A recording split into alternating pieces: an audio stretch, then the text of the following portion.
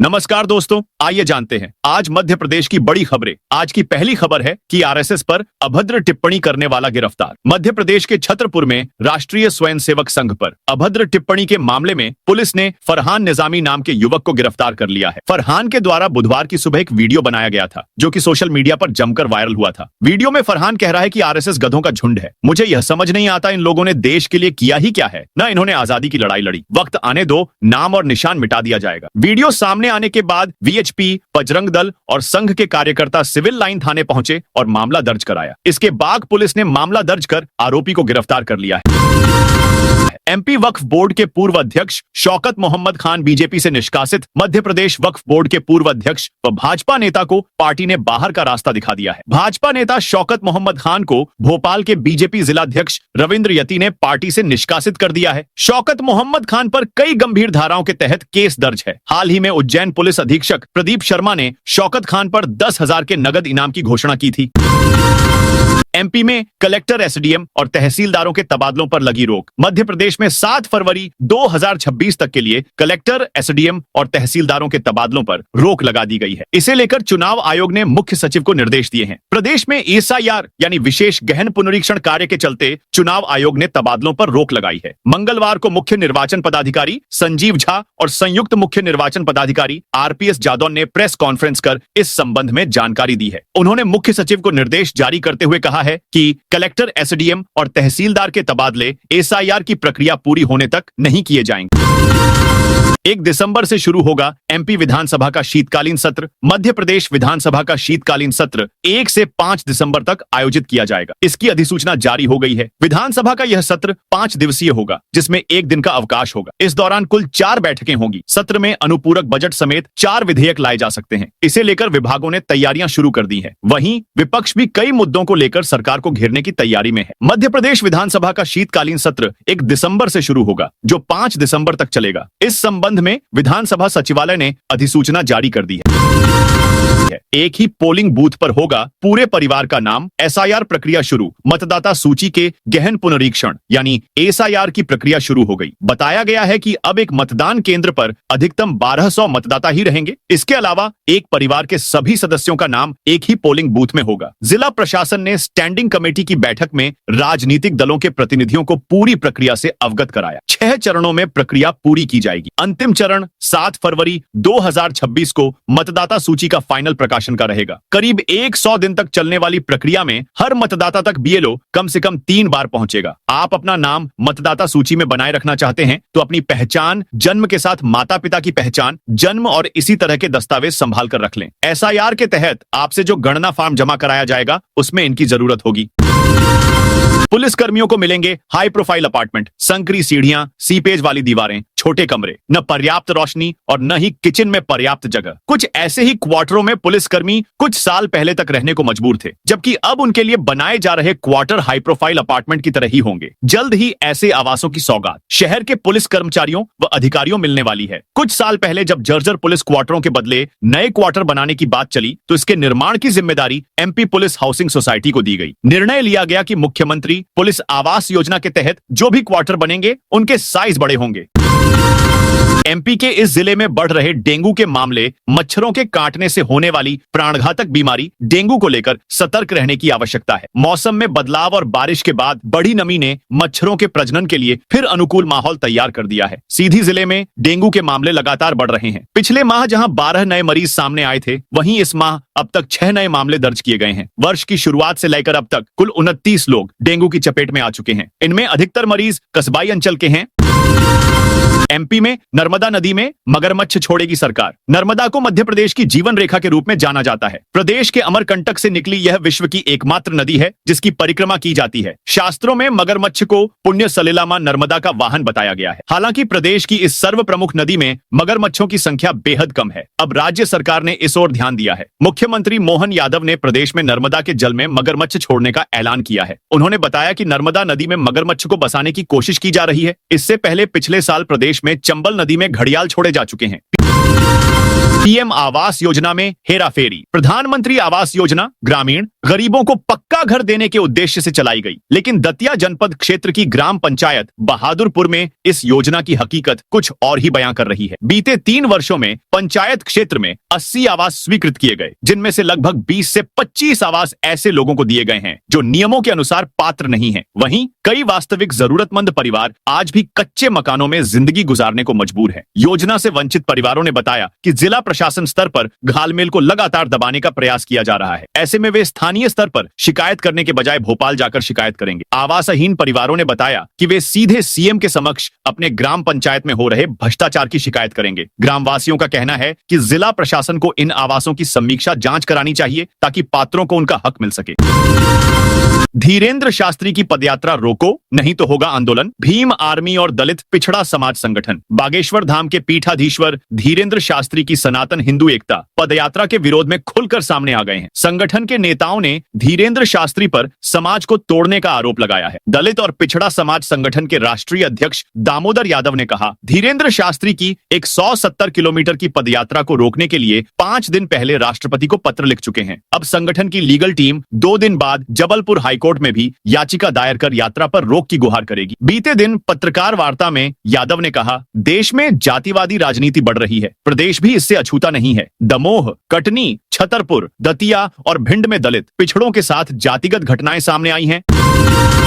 MP में बड़ी कार्रवाई, सचिवों को 5 से 5,000 रुपए जुर्माना के जारी किए नोटिस। एमपी में सरकारी अमले की लापरवाही अब जरा बर्दाश्त नहीं की जा रही। ऐसे मामलों में तुरंत एक्शन लिया जा रहा है। एक मामले में समय सीमा में सेवाएं न देने पर 3 पंचायत सचिवों को नोटिस जारी कर दिया गया है। नोटिस में संतुष्टिजनक जवाब नहीं होने पर लोक सेवा गारंटी कानून के तहत 5 से 5,000 रुपए का अर्थदंड लगाने की स्पष्ट चेतावनी दी गई है। सचिवों पर यह सख्त कार्रवाई ग्वालियर में की गई है। यहाँ कलेक्टर रुचिका चौहान ने अधिकारियों से कहा कि लोक सेवा गारंटी अधिनियम में अधिसूचित सेवाएं आवेदकों को हर हाल में समय सीमा के भीतर उपलब्ध कराएं। उन्होंने चेताया कि ऐसा नहीं किए जाने पर संबंधित अधिकारी व कर्मचारी पर लोक सेवा गारंटी कानून के अनुसार अर्थदंड लगाया जाएगा। 30 अक्टूबर से शुरू होगी पुलिस भर्ती परीक्षा। मध्य प्रदेश पुलिस आरक्षक भर्ती परीक्षा 30 अक्टूबर से शुरू हो रही है। 40 दिन तक चलने वाली भर्ती परीक्षा के लिए सागर में 3 परीक्षा केंद्र बनाए गए हैं। परीक्षा 2 पालियों में होगी। रिपोर्टिंग समय के बाद आने वाले अभ्यर्थियों को परीक्षा केंद्र में प्रवेश की पात्रता नहीं होगी। परीक्षा के दौरान सख्त निगरानी रहेगी ताकि कोई अभ्यर्थी गड़बड़ी न कर पाए। परीक्षा को लेकर मंगलवार को संभाग आयुक्त अनिल सुचारी ने समीक्षा बैठक की। बैठक में अधिकारियों को निर्देश दिए कि पुलिस भर्ती परीक्षा सजगता, ईमानदारी, पारदर्शिता और गंभीरता के साथ संपन्न कराई जाए। अवैध कॉलोनियों के निर्माण पर कोर्ट का प्रतिबंध नोटिस जारी। एमपी हाईकोर्ट ने सीधी में अवैध कॉलोनियों के निर्माण पर आगामी सुनवाई तक प्रतिबंध लगा दिया है। चीफ जस्टिस संजीव सचदेवा व जस्टिस विनय सराफ की खंडपीठ ने राज्य शासन सहित अन्य को नोटिस जारी कर जवाब तलब कर लिया है। जवाब पेश करने के लिए 4 सप्ताह का समय दिया। जनहित याचिकाकर्ता समाज सेवी मधवेश तिवारी की ओर से अधिवक्ता विकास मिश्रा ने पक्ष रखा। नेताओं व परिषद के संरक्षण में भूमाफिया बेखौफ 1 साल की अस्थायी नगर पालिका क्षेत्र में अस्थायी लीज धारकों के बिना अनुमति अवैध रूप से पक्के निर्माण किए जाने का मामला सामने आया है। इस मामले की बकायदा लिखित शिकायत भी की गई है, लेकिन अब तक नौपा की ओर से कोई कार्रवाई नहीं की गई है। हालांकि एसडीएम कार्तिकेय जायसवाल ने राजस्व निरीक्षक को निर्माणाधीन दुकानों के निर्माण स्थल का अवलोकन कर अविलंब जांच प्रतिवेदन प्रस्तुत करने के निर्देश दिए। एमपी में कलेक्टर, एसडीएम और तहसीलदारों के तबादलों पर लगी रोक। मध्य प्रदेश में 7 फरवरी 2026 तक के लिए कलेक्टर, एसडीएम और तहसीलदारों के तबादलों पर रोक लगा दी गई है। इसे लेकर चुनाव आयोग ने मुख्य सचिव को निर्देश दिए हैं। प्रदेश में एसआईआर यानी विशेष गहन पुनरीक्षण कार्य के चलते चुनाव आयोग ने तबादलों पर रोक लगाई है। मंगलवार को मुख्य निर्वाचन पदाधिकारी संजीव झा और संयुक्त मुख्य निर्वाचन पदाधिकारी आरपीएस जादौन ने प्रेस कॉन्फ्रेंस कर इस संबंध में जानकारी दी है। उन्होंने मुख्य सचिव को निर्देश जारी करते हुए कहा है कि कलेक्टर, एसडीएम और तहसीलदार के तबादले एसआईआर की प्रक्रिया पूरी होने तक नहीं किए जाएंगे। बस में बैठे यात्रियों को पहले से बतानी होंगी। ये 3 जानकारी मध्य प्रदेश और देश में लगातार हो रहे बस हादसों के बाद राज्य सरकार ने महाराष्ट्र की तर्ज पर बसों में यात्रा शुरू होने से पहले यात्रियों को आपात स्थिति से निपटने की जानकारी देना अनिवार्य करने जा रही है। उल्लेखनीय है कि Maharashtra state road transport corporation MSRTC ने पहले ही इस संबंध में निर्देश जारी कर दिए थे। ऐसे में जबलपुर से नागपुर जाने और आने वाले बसों में भी यात्रियों को यह जानकारी देना अनिवार्य होगा। बता दें कि अशोकनगर जिले में शनिवार रात बस में आग लग गई थी। इससे पहले आंध्र प्रदेश के कुर्नूल और राजस्थान में भी बस में आग लगने की घटनाएं हुई थी। एमपी में वेतन भत्तों और पेंशन पर बड़ी कवायद। केंद्र ने सरकारी अमले के लिए 8वें वेतन आयोग को मंजूरी दे दी है। इससे जहां केंद्रीय कर्मचारियों में खुशी है, वहीं मध्य प्रदेश सरकार के कर्मचारियों अधिकारियों की आस भी जाग गई है। पूर्व के वेतनमानों की तरह उन्हें भी देर सबेर 8वें वेतनमान का लाभ मिलना तय है। इस बीच राज्य सरकार ने प्रदेश के विधायकों और पूर्व विधायकों के वेतन भत्तों व पेंशन के लिए बड़ी कवायद शुरू की है। उप मुख्यमंत्री और प्रदेश वित्त मंत्री जगदीश देवड़ा ने इसके लिए पुनर्विचार बैठक बुलाई। यहां विधायकों और पूर्व विधायकों के वेतन भत्तों व पेंशन के संबंध में उन्होंने अहम निर्देश दिए। एमपी में यहां बड़े स्तर पर तोड़ी जाएंगी दुकानें। दतिया जिले के सोनागिर तीर्थ क्षेत्र में श्रद्धालुओं की सुविधा और यातायात व्यवस्था को सुधारने के उद्देश्य से प्रशासनिक स्तर पर लगातार कार्य किए जा रहे हैं। इसी क्रम में रविवार को कलेक्टर स्वप्निल वानखडे एक बार फिर सोनागिर पहुंचे और वहां जैन समाज के प्रतिनिधियों तथा अधिकारियों और पंचायत सरपंच व सचिव के साथ बैठक की। कलेक्टर ने कहा कि सोनागिर जैन तीर्थ क्षेत्र में मंदिर के आसपास लंबे समय से अतिक्रमण कर बनाई गई दुकानों और निर्माणों के कारण श्रद्धालुओं को आवागमन में परेशानी होती है। इसे ध्यान में रखते हुए अतिक्रमण हटाने की कार्रवाई किए जाने की तैयारी की गई है। कांग्रेस ने रखी बीएलओ से घोषणा पत्र लेने की मांग। प्रदेश में मतदाता सूची के विशेष पुनरीक्षण शुरू होने के पहले राजनीतिक दलों की बैठक में कांग्रेस ने कहा है कि जिन घरों में 15 या अधिक वोटर हों, वहां बीएलओ से अलग से घोषणा पत्र लिया जाना चाहिए। कांग्रेस ने इस बात पर आपत्ति की है कि एक माह में बीएलओ को 3 बार हर वोटर के घर जाने के लिए कहा गया है, जो संभव नहीं है। यह जल्दबाजी में लिया गया फैसला है। जो बीएलओ एक ही क्षेत्र में लंबे समय से काम कर रहे हैं, उनकी अदला बदली कर स्थानांतरित किया जाना चाहिए। 3 दिन की बारिश से धान की फसल बर्बाद। भिंड जिले में पिछले 3 दिनों से लगातार हो रही रिमझिम बारिश ने किसानों की मेहनत पर पानी फेर दिया है। खेतों में खड़ी हजारों बीघा धान की फसल पानी में डूबकर सड़ने लगी है। सबसे ज्यादा नुकसान जिले के धान का कटोरा कहे जाने वाले गोहद क्षेत्र में हुआ है। अपनी बर्बाद फसल देखकर किसान निराश हैं और अब राहत की उम्मीद में प्रशासन की ओर देख रहे हैं। प्रशासन ने नुकसान के आकलन के लिए सर्वे के आदेश दे दिए हैं।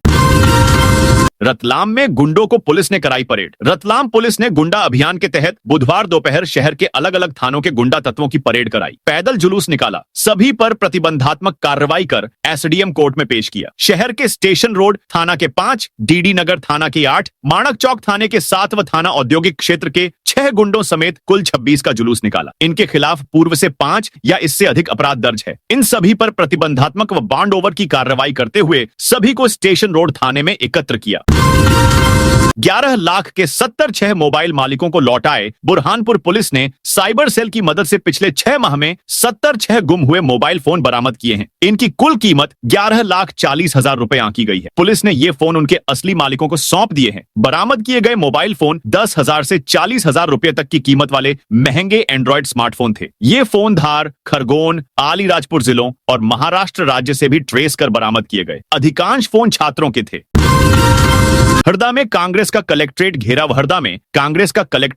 हरदा में बुधवार को कांग्रेस ने किसानों की 7 सूत्रीय मांगों को लेकर कलेक्ट्रेट का घेराव किया। इस दौरान भारी पुलिस बल भी मौजूद रहा। कांग्रेस कार्यकर्ता कलेक्टर से मिलने के लिए समय मांग रहे थे। जब कलेक्टर सिद्धार्थ जैन बाहर नहीं आए तो टिमरनी विधायक गेट पर चढ़कर अंदर घुस गए। इस दौरान कांग्रेस नेताओं और पुलिस के बीच हल्की झड़प हो गई। कलेक्ट्रेट के अंदर कांग्रेस कार्यकर्ता नारेबाजी करते रहे। हरदा जिले के दोनों कांग्रेस विधायक अपने समर्थकों के साथ कलेक्टर परिसर में धरने पर बैठ गए और रघुपति राघव राजा राम का भजन गाने लगे।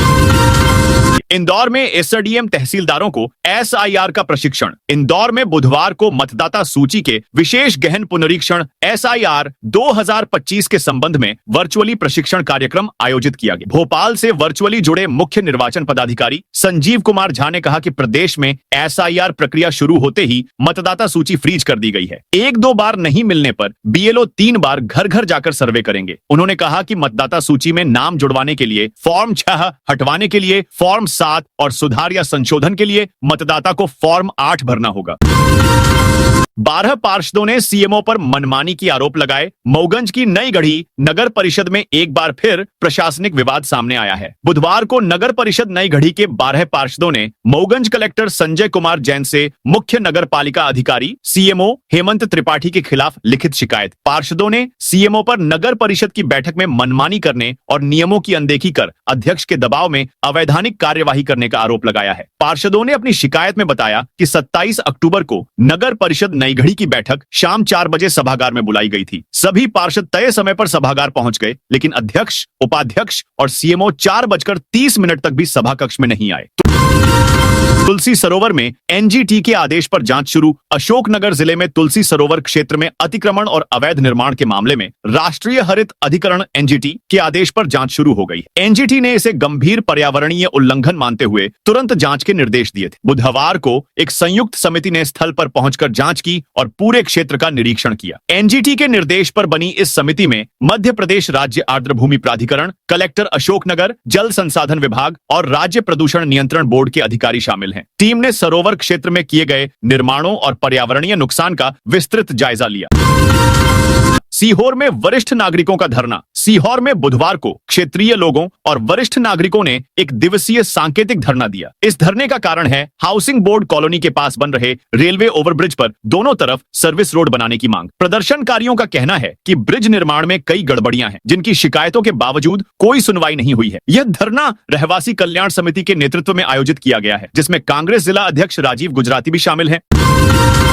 आरआईएस विभाग में ऑफलाइन टेंडर से अनियमितता। टीकमगढ़ में ग्रामीण यांत्रिकी सेवा आरआईएस विभाग में टेंडर प्रक्रिया में अनियमितताओं का मामला सामने आया है। शहर के आरटीआई कार्यकर्ता शुभम व्यास ने इस संबंध में पीएमओ सहित कलेक्टर कार्यालय में शिकायत दर्ज कराई है। उन्होंने पहले भी शिकायत की थी, लेकिन कोई कार्रवाई नहीं हुई थी। शुभम व्यास ने आरोप लगाया है कि प्रभारी कार्यपालन यंत्री अर्पित चौधरी और निविदा लिपिक ने ऑफलाइन निविदाएं आमंत्रित कर नियमों का उल्लंघन किया और शासन को भारी आर्थिक क्षति पहुंचाई। यह खुलासा सूचना के अधिकार आरटीआई के तहत मिली जानकारी से हुआ है। आरोप है कि चहेते ठेकेदारों को लाभ पहुंचाने के लिए सांठगांठ की गई।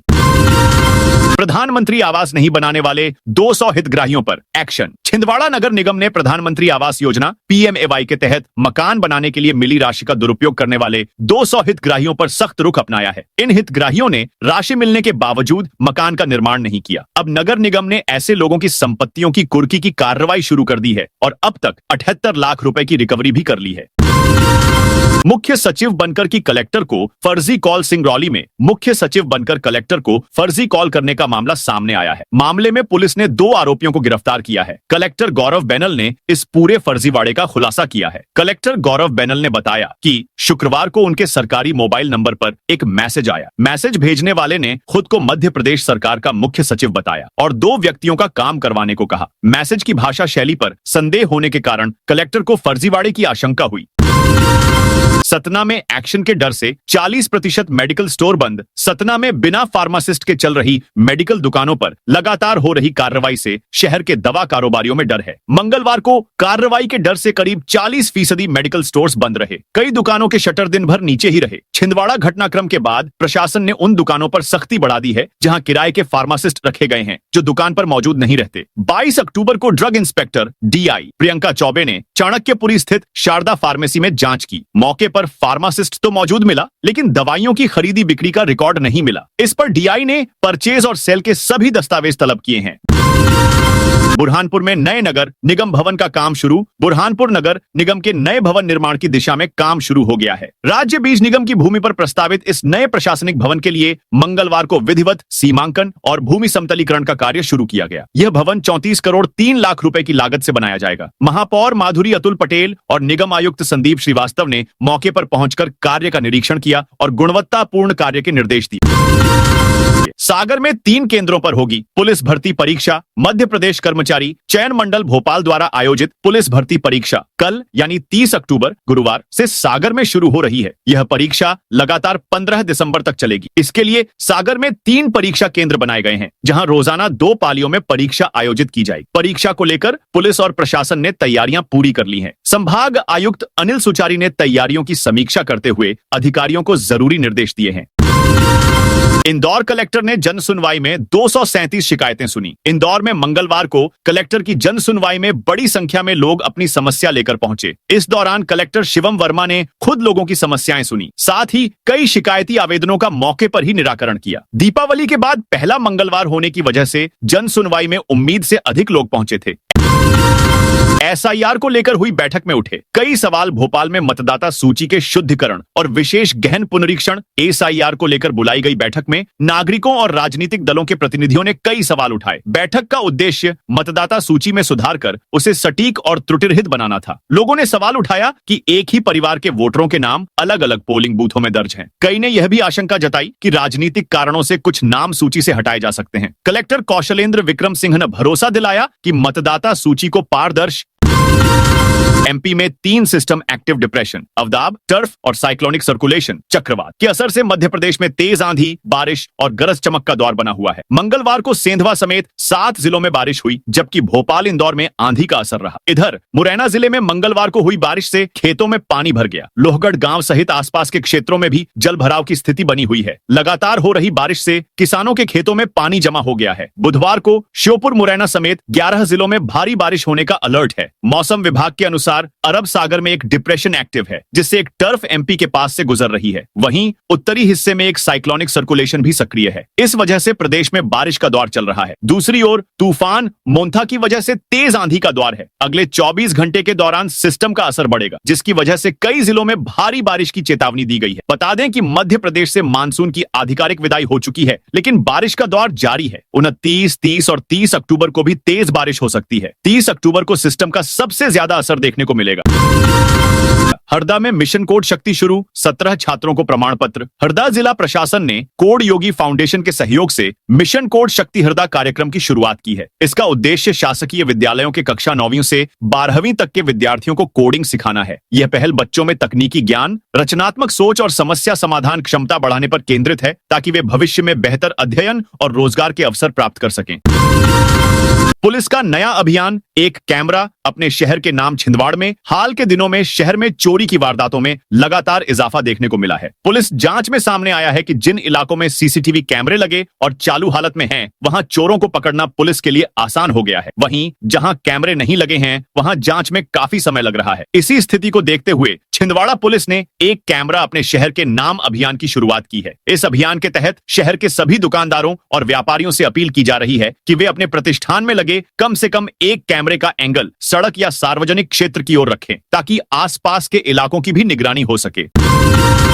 नरसिंहपुर में किसानों का भावांतर योजना के खिलाफ प्रदर्शन। नरसिंहपुर जिले की करेली कृषि उपज मंडी में बुधवार को राष्ट्रीय किसान आर्मी के बैनर तले सैकड़ों किसानों ने सरकार की भावांतर योजना के विरोध में प्रदर्शन किया। किसानों ने मंडी प्रांगण में नारेबाजी करते हुए सरकार पर गंभीर आरोप लगाए। किसानों का आरोप है कि भावांतर योजना उनके साथ धोखा साबित हुई है, क्योंकि उन्हें अपनी उपज का उचित मूल्य नहीं मिल रहा है। उन्होंने मांग की कि सरकार भावांतर योजना के बजाय न्यूनतम समर्थन मूल्य एमएसपी के तहत उनकी फसलों का सही दाम दे, ताकि उन्हें उनकी मेहनत का वास्तविक हक मिल सके। तो दोस्तों, यह थी आज मध्य प्रदेश की बड़ी खबरें। आप इस वीडियो को कौन से जिले से देख रहे हैं, उस जिले का नाम जरूर बताइए।